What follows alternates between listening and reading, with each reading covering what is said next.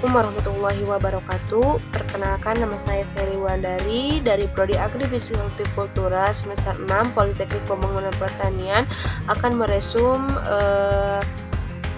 video yang bertema kembalikan kesuburan tanah secara organik atau hayati untuk memenuhi tugas pertanian organik.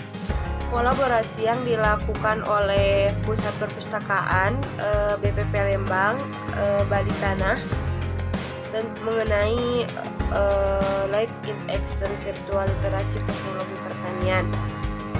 Nah, narasumber pertama yang akan memaparkan materinya yaitu bernama Bapak Dr. Randes Insinyur Abdul Basit MS selaku Kepala Pusat Perpustakaan dan Pengembangan Teknologi. Nah, pemaparan yang telah dijelaskan beliau, yang dimana Bapak tersebut menuturkan bahwa pasokan pangan yang ada di Indonesia itu sangat terjaga, yang dimana kenapa terjaga? Karena di dalamnya itu ada jasa-jasa petani yang selalu memberikan yang terbaik untuk pasokan pangan dan kebutuhan masyarakat yang ada di Indonesia, meskipun dalam kondisi pandemi seperti ini. Lalu apa sih Pusat Perpustakaan dan Pengembangan Teknologi ini? Pasti kita tuh mengira ya bahwa pusat perpustakaan tuh kayak perpustakaan di instansi lain seperti sekolahan. Nah, bukan seperti itu. Tapi Pusat Perpustakaan dan Pengembangan Teknologi itu merupakan instansi dalam Kementerian Pertanian yang fungsinya itu tuh untuk mengadakan seperti pameran dan teknis bimbingan secara langsung ataupun tidak langsung. Namun dengan adanya kondisi pandemi seperti ini, tidak mungkin melakukan teknis bimbingan atau pemasaran secara langsung kepada para petani ataupun masyarakat, karena ya kita harus harus menjaga jarak antara satu dengan yang lainnya. Maka dari itu Pusat Perpustakaan mengadai seminar atau webinar tentang kembalikan kesuburan tanah secara organik atau hayati, yang dimana untuk memenuhi kebutuhan petani atau untuk melaksanakan program yang dilaksanakan oleh Kementerian Pertanian seperti itu. Di sana saya akan menjelaskan lagi ya fungsi Pusat Perpustakaan dan Pengembangan Teknologi ini tuh, yaitu untuk mengadakan pameran dan teknis bimbingan langsung seperti itu, bukan pemasaran. Mohon maaf sebelumnya. Nah, yang dimana pameran atau teknis bimbingan langsung itu tuh yang dimana Pusat Perpustakaan dan Pengembangan Teknologi itu tuh disesuaikan dengan kebutuhan para petani yang ada di Indonesia dan program yang akan dijalankan, program yang akan dikeluarkan oleh Kementerian Pertanian seperti itu. Narasumber yang kedua yaitu Bapak Insinyur Kemal Mahfud MM sebagai Kepala Balai Besar Pelatihan Lembang menuturkan bahwa tren pasar dan gaya hidup sehat khususnya di provinsi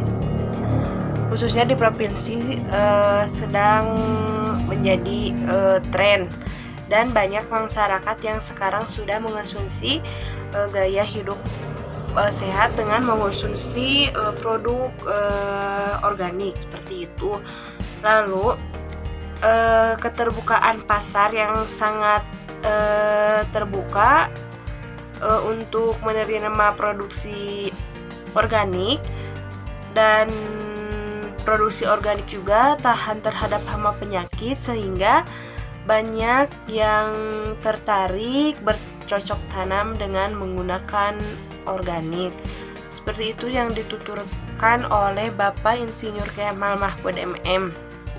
Lalu narasumber ketiga yaitu Dr. Andes Insinyur Radiani Retnowidi Nyawati MSD, yaitu Kepala Balai Penelitian Tanah, membahas mengenai 3 aspek kesuburan tanah. Yang pertama secara subur, subur fisik, yang kedua subur kimia, yang ketiga subur biologi. Yang apa sih itu subur fisik? Nah, subur fisik itu merupakan tanah menjadi gembur, bisa diolah, dan air yang ada bisa memegang air. Tanah yang ada itu bisa memegang air. Yang kedua subur kimia, yang dimana subur kimia itu tuh dapat memberikan unsur hara, memberikan makanan terhadap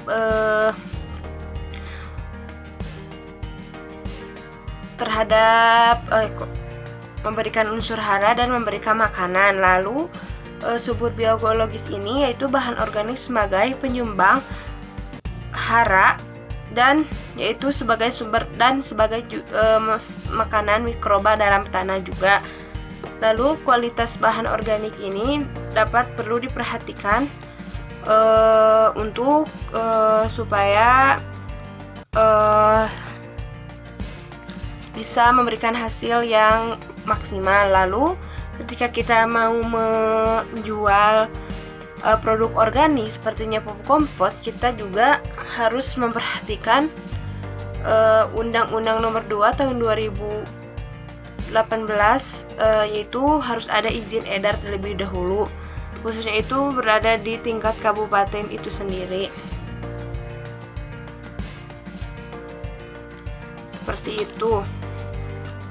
Lalu menurut Dr. Andes, yang narasumber yang ke-4, Dr. Andes Edi Hussein MSc sebagai peneliti Balai Tanah, yaitu menuturkan bahwa kenapa sih kita sebelum menggunakan kompos itu harus dikomposkan terlebih dahulu, karena tujuannya itu untuk menurunkan rasio atau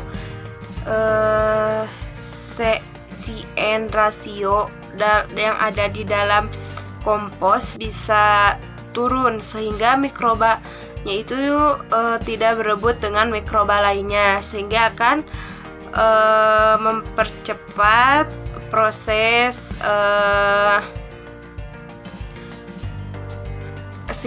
sehingga dapat menjadi unsur hara mikroba untuk tanah. Intinya tuh supaya mikroba yang ada di dalam kompos itu tidak berebutan dengan mikroba lain, seperti itu. Lalu menurut Bapak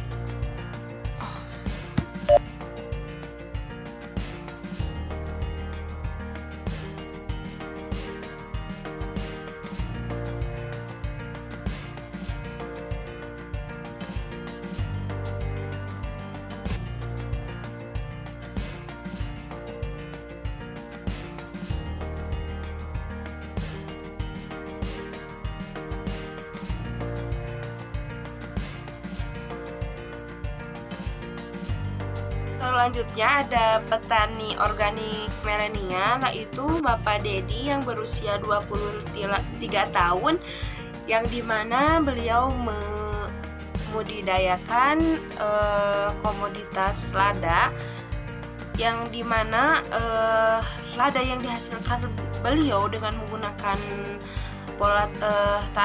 menggunakan organik itu memiliki produktivitas tinggi dibandingkan tidak menggunakan sistem organik, seperti itu. Lalu untuk pertanian non organik 70 per batang penyakit yang ada di dalam lada itu tuh cukup banyak. Nah, tetapi dengan menggunakan organik yaitu 25% penyakit yang ada di dalam batang lada itu tuh menurun, sehingga menurut beliau itu pertanian organik itu dapat menjanjikan baik dalam menjanjikan, seperti penanganan hama penyakit atau pengendaliannya itu sangat mudah dan biaya yang digunakan juga sangat terjangkau seperti itu. Lalu untuk narasumber selanjutnya yaitu Ibu Sinta Andayani SPMP sebagai Wida Iswara Balai Besar Pelatihan Pertanian Lembang yang menjelaskan tentang trichoderma. Apa sih itu trichoderma? Trichoderma itu merupakan cendawan saparapit termasuk ke dalam golongan Azometer yang memiliki sifat antagonis. Nah jadi beliau itu menuturkan cara pembuatan trichoderma. Cara pembuatan trichoderma yang pertama itu ruangan itu harus aseptik, harus dibersihkan terlebih dahulu dari kuman. Sebenarnya tempat yang harus layak digunakan untuk pembuatan trichoderma itu ruangan khusus seperti lab seperti itu. Lalu media yang digunakan itu ada kentang, beras, jagung, dedak, kacang-kacangan. Namun menurut beliau media atau bahan yang digunakan yang sangat bagus itu adalah beras. Lalu langkah-langkah selanjutnya yaitu beras, beliau itu tuh mencontohkan pembuatan trichoderma yang bahan bakunya itu tuh dari beras. Yang pertama itu beras dicuci terlebih dahulu selama 6 sampai 7 kali, lalu beras itu direndam sampai 10 sampai 24 jam, lalu ditiriskan. Setelah itu masukkan ke dalam plastik tahan panas untuk mempertahankan supaya beras itu tidak terkontaminasi. Lalu setelah itu sterilisasi atau dikukus selama 2 jam. Bisa kalau misalkan menggunakan autoclave itu tuh 15 menit sesuai dengan bunyi autoclave tersebut. Lalu setelah itu didinginkan dan diambil. Terus diinkulasi dengan cendawan trichoderma yang berupa isolat. Nah, isolat itu tuh ada juga yang perbanyakan dengan menggunakan PDA dan aplikatif. Setelah itu telah diinkulasi dengan cendawan, lalu disterilisasikan bahannya. Setelah itu lalu masukkan ke dalam botol yang sudah disediakan, supaya lalu ditutup dengan menggunakan karet atau plastik. Setelah itu ditutup, lalu dikasih tanda atau tanggal pembuatan trichoderma tersebut. Nah, ketika ciri-ciri trichoderma itu berhasil membuatnya, yaitu yang dimana trichoderma itu tuh berwarna hijau, dan narasumber yaitu Bu Yusi, yaitu yang dimana Bu Yusi itu sebagai petani milenial organik yang sudah menggeluti pertanian organik dari mulai 2008 selama 12 tahun. Alasan beliau bertani organik yaitu karena beliau itu menjelaskan pentingnya gaya hidup sehat di zaman sekarang. Nah, sehingga beliau mempunyai ide untuk bercocok tanam dengan menggunakan pertanian organik. Lalu beliau juga sudah menggunakan trichoderma dari bahan bambu. Terus produksinya juga sangat meningkat, yang dimana omset perharinya itu bisa di atas 1 juta rupiah seperti itu. Komoditas yang ditanamnya juga itu ada bayam merah dan bayam mix seperti itu. sekian resume video dari saya. Mohon maaf bila ada kata-kata yang kurang berkenan. Wassalamualaikum warahmatullahi wabarakatuh.